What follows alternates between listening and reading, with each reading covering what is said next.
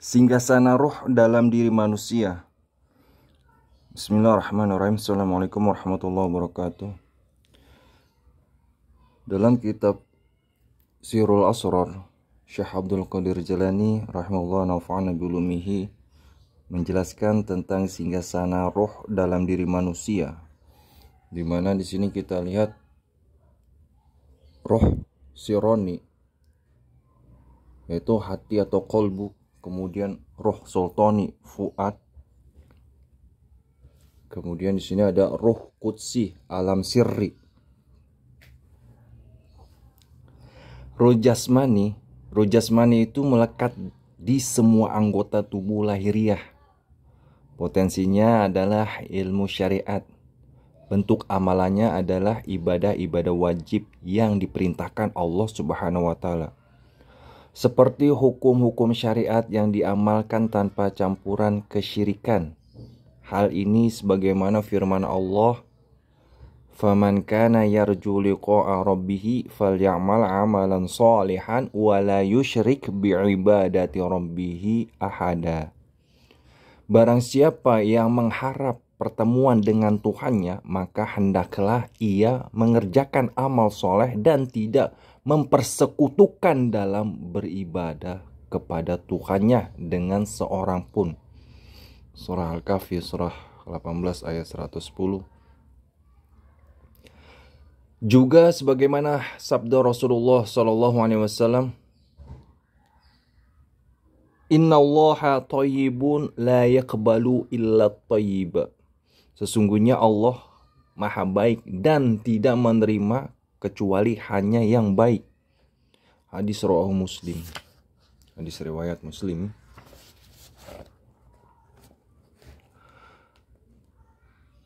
Innallaha witrun yuhibbul witra. Sesungguhnya Allah itu gasal dan menyukai yang gasal. Hadis rawahu Tirmizi. Yang dimaksudkan hadis di atas adalah amal yang bersih dari riya dan sum'ah.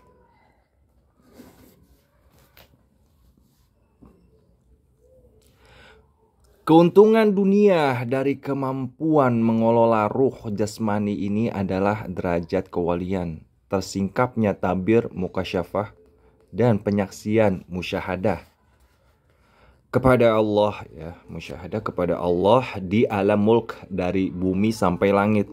Selain itu dianugerahkan karomah seperti berjalan di atas air, terbang di angkasa, ilmu melipat bumi yang dapat memendekkan jarak, mendengar dari jarak sangat jauh, melihat rahasia tubuh, dan lain sebagainya. Sedangkan keuntungan di akhirat dari kemampuan mengelola ruh jasmani ini adalah berupa surga, bidadari, istana, pelayan, minuman, dan berbagai bentuk kenikmatan lainnya.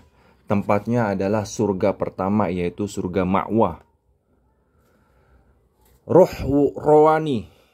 Tempat roh rohani adalah di dalam hati atau kolbu. Potensinya adalah ilmu tarekat. Bentuk amalannya adalah menyibukkan diri dengan 4 yang pertama di antara 12 nama-nama Allah. Ya, di sini ada catatan kaki. Nama Allah yang paling utama berjumlah 12 buah ya. Para sufi biasanya mengelompokkan ke-12 nama Allah ini menjadi 3 kelompok.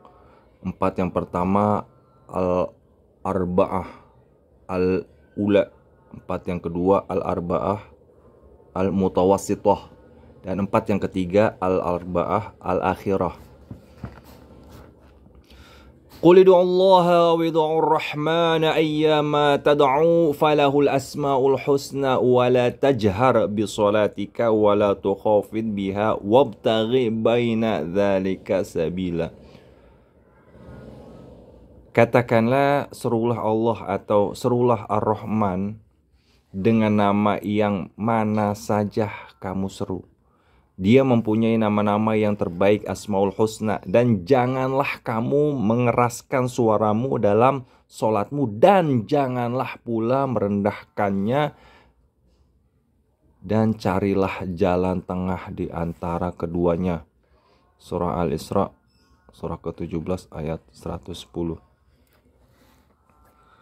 Walillahil asmaul husna fad'uuhu biha wa dharul ladzina yulhiduna fi asma'ihi sayujzauna ma kanu ya'malun. Hanya milik Allah asmaul husna, maka mohonlah kepadanya dengan menyebut asmaul husna itu, dan tinggalkanlah orang-orang yang menyimpang dari kebenaran dalam menyebut nama-namanya. Nanti mereka akan mendapat balasan terhadap apa yang mereka kerjakan. Surah Al-A'raf, surah ke-7, ayat 180. Artinya, nama-nama Allah adalah sarana untuk menyibukkan diri dengan melafalkannya secara khusus. Ya, secara khusyuk. Itulah ilmu batin, sedangkan ma'rifat adalah buah dari nama-nama tauhid, sebagaimana yang disabdakan Rasulullah SAW. Innallaha tis'atun wa tis'ina isman wa man Innallaha tis'atun wa tis'ina isman man ahsaha dakhalal jannah. Sesungguhnya Allah memiliki 99 nama, barang siapa yang menguasainya niscaya masuk surga. Hadis Rawahu Tirmidzi. Yang dimaksud menguasai dalam hadis ini adalah orang yang bersangkutan memiliki sifat nama-nama Allah dan berakhlak dengan akhlak nama-nama Allah. Ada 12 nama Allah, jumlahnya sama dengan jumlah huruf dalam kalimat syahadat tauhid yang menjadi akar bagi nama-nama Allah yang lain. Jumlah huruf dalam kalimat ini ada 12. Kemudian Allah meneguhkan 12 huruf itu sebagai fase tingkatan hati. Setiap huruf mengandung satu asma Allah, dan setiap alam rohani mengandung 3 asma Allah. Dengan nama Allah itulah kemudian Allah meneguhkan hati kaum muhsinin. Yuthabbitullahu alladhina amanu bil qawli tsabiti fil hayatid dunya wa fil akhirati. Allah meneguhkan iman orang-orang yang beriman dengan ucapan yang teguh itu dalam kehidupan di dunia dan di akhirat. Surah Ibrahim surah ke-14 ayat 27.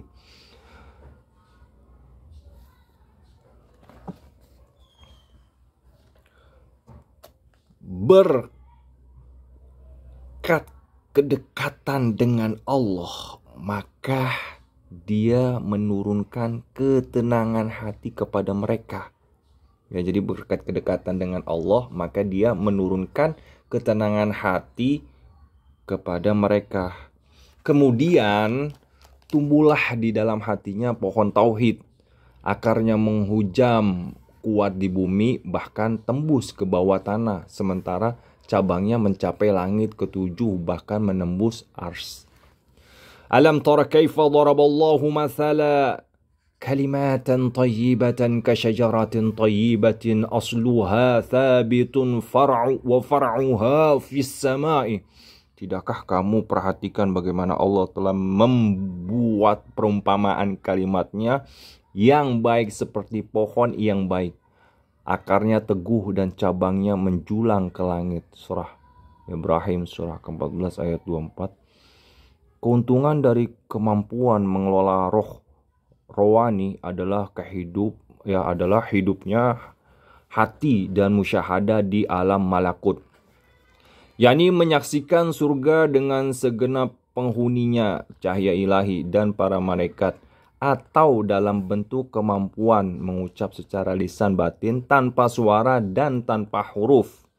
Tempat roh rohani di akhirat adalah di surga kedua, yaitu surga Naim. Nah, ini roh rohani tanpa suara dan tanpa huruf.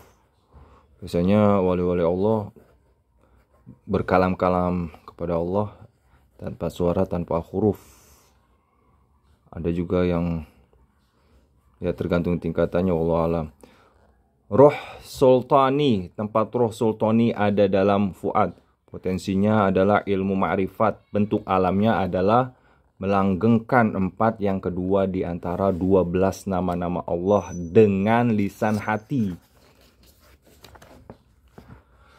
Al-ilmu ilmani ilmun ala lisani fadhalika hujjatullahi ala ibni Adam wa ilmun fil qalbi fadhalika al-ilmun nafi'u.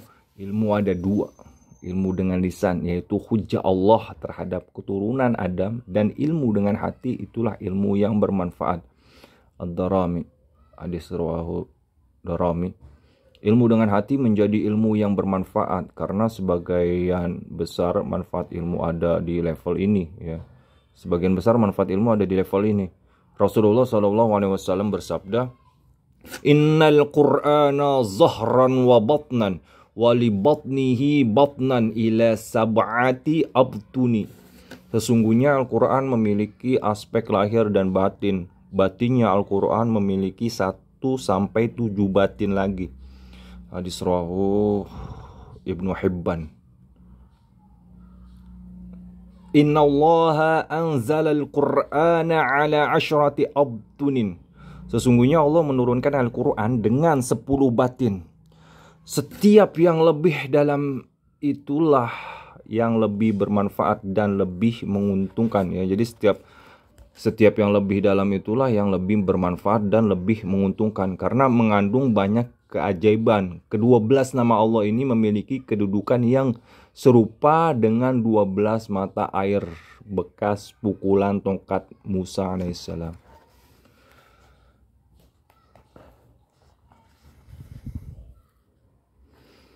Wa idh istasqa Musa liqaumihi faqulna idrib bi'asaka al-hajar fanfajarat minhu 12 'aynan qad 'alima kullu unasin mashrabahum kulu washrabu min rizqillah wa la ta'thaw fil ardi mufsidin.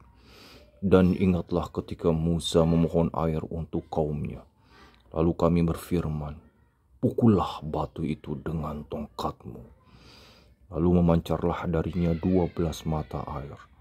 Sungguh tiap-tiap suku telah mengetahui tempat minumnya masing-masing. Maka minumlah rezeki yang diberikan Allah, dan janganlah kamu berkeliaran di muka bumi dengan berbuat kerusakan. Surah Al-Baqarah surah kedua ayat 60. Ilmu lahir itu bagaikan air hujan di permukaan tanah, sedangkan ilmu batin bagaikan mata air di dalam tanah. Air jenis yang kedua inilah yang lebih bermanfaat daripada air jenis yang pertama karena ia terus mengalir tiada habisnya. Wa ayatul lahumul ardul maitatu ahyainaha wa akhrajna minha habban faminhu yakulun. Dan suatu tanda kekuasaan Allah bagi mereka adalah bumi yang mati. Kami hidupkan bumi itu dan kami keluarkan darinya biji-bijian, maka darinya mereka makan. Surah Yasin surah ke-36 ayat 33. Nah, di sini ada catatan kaki sebagian naskah Sirul Asra menuliskan bagian ini Al-Mutahari, air menyucikan ya, dan sebagian menuliskannya Al-Mathari, air hujan. Al-Matari ya, Al-Matari air hujan. Penerjemah ini yang kedua berdasarkan firasat. Ya, jadi Al-Mutahari dan Al-Mutari.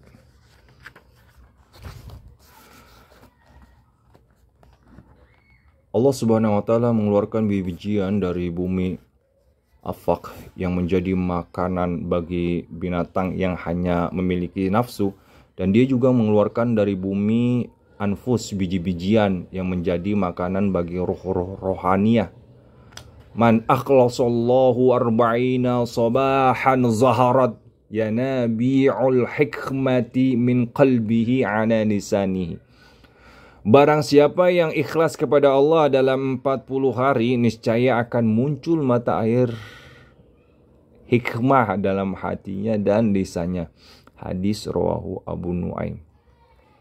Keuntungan dari kemampuan mengelola ruh sultani ini adalah melihat pantulan keindahan Allah Subhanahu wa taala. Allamahu syadidul quwwah dzu mirratin fastawa wa huwa bil ufuqil a'la thumma dana fatadalla fakana qaba qausaini aw adna fakana qaba qausaini aw adna fa awha ila 'abdihi ma awha ma kadzabal fuadu ma ra'a. Yang diajarkan kepadanya adalah diajarkan kepadanya oleh Jibril, malaikat Jibril yang sangat kuat, yang mempunyai akal yang cerdas, dan Jibril itu menampakkan diri dengan rupa yang asli, sedangkan dia berada di ufuk yang tinggi. Kemudian dia mendekat lalu bertambah dekat lagi, maka jadilah dia dekat pada Muhammad sejarak 2 ujung busur panah atau lebih dekat lagi. Lalu dia menyampaikan kepada hambanya Muhammad apa yang telah Allah wahyukan. Hatinya tidak mendustakan apa yang telah dilihatnya. Surah An-Najm surah ke-53 ayat 11. Rasulullah SAW bersabda, al-mu'minu mir'atun, al-mu'minu mir'atul mu'mini. Mukmin adalah cermin bagi mukmin yang lainnya. Hadis rawahu Abu Daud. Mukmin yang pertama dalam hadis ini adalah hati hamba yang beriman kepada Allah. Sementara mukmin yang kedua adalah Allah Subhanahu wa taala. Artinya seorang mukmin merupakan cermin bagi nama dan sifat Allah Subhanahu wa taala. Huwallahu alladzi la ilaha illa huwal malikul quddusus salamul mu'minul muhaiminul azizul jabbarul mutakabbirus subhanallahi amma yusyrikun. Dialah Allah yang tiada Tuhan selain Dia, Raja yang maha suci, yang maha sejahtera, yang mengaruniakan keamanan, yang maha memelihara, yang maha perkasa, yang maha kuasa, yang memiliki segala keagungan. Maha suci Allah dari apa yang mereka persekutukan. Surah Al-Hasyr surah ke-59 ayat 23.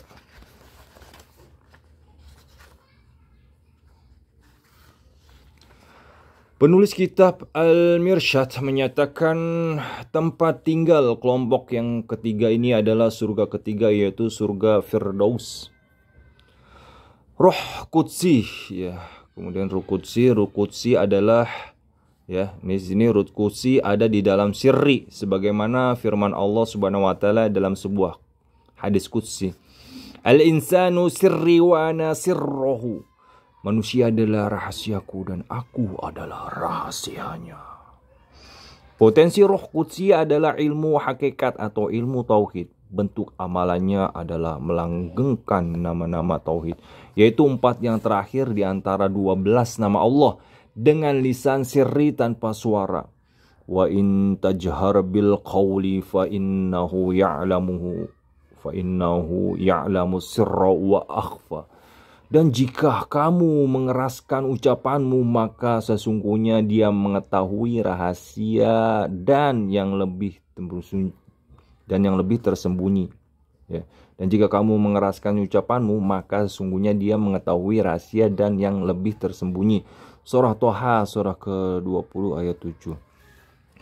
Dan memegang tidak ada yang dapat dan memang tidak ada yang dapat melihat ke dalam syirri, ke dalam sirri itu selain Allah Subhanahu wa taala. Adapun keuntungan dari kemampuan mengelola Ruh Qudsi adalah lahirnya bayi maghnawi, tiflul ma'an, musyahadah dan muayyanah, sehingga ia dapat melihat wajah Allah Subhanahu wa taala dari segi keperkasaan dan keindahannya.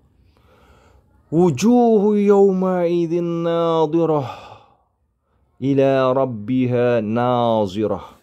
Wajah-wajah orang-orang mukmin pada hari itu berseri-seri, kepada Tuhannya lah mereka melihat. Surah Qiyamah surah ke-75 ayat 22-23. Tapi penglihatan itu tanpa perlu dipertanyakan ya, kaifa, tanpa gambaran kualitas, kaifiyah, dan tanpa penyerupaan dengan makhluk, tashbih. Fatirus samawati wal ardi ja'ala lakum min anfusikum azwajan wa minal an'ami azwajan yadhra'ukum fihi laysa kamitslihi syai'un wa huwas sami'ul basir. Dia pencipta langit dan bumi. Dia menjadikan bagi kamu dari jenis kamu sendiri pasangan-pasangan, dan dari jenis binatang ternak pasangan-pasangan pula. Dijadikannya kamu berkembang biak dengan jalan itu. Tidak ada sesuatu pun yang serupa dengan dia, dan dialah yang maha mendengar dan melihat. Surah Asy-Syura, surah ke-42 ayat 11. Ketika manusia telah sampai pada keinginannya, maka akal pun menjadi tumpul, hati menjadi bingung, lidah menjadi keluh. Ia tidak akan dapat mengabarkan tentang semua itu, ya, tentang semua itu, karena Allah Subhanahu wa taala yang maha suci dari segala keserupaan. Ketika kabar seperti ini disampaikan ke tangan para ulama, maka seyogyanya mereka memahami seluruh makom hati, berhasrat untuk meraih hakikatnya, menghadap kepada yang tertinggi, serta berupaya sekuat tenaga untuk mencapai makom laduni, yaitu ma'rifat atas zat ahadi, tanpa penentangan terhadap makom yang telah kami sebutkan ini.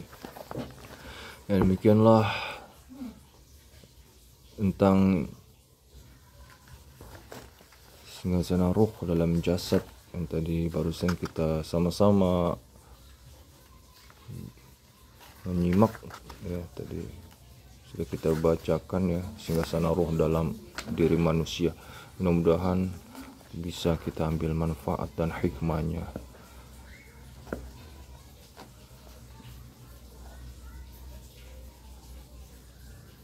Mohon maaf jika ada kekurangan ataupun ketidaknyamanan dalam membaca.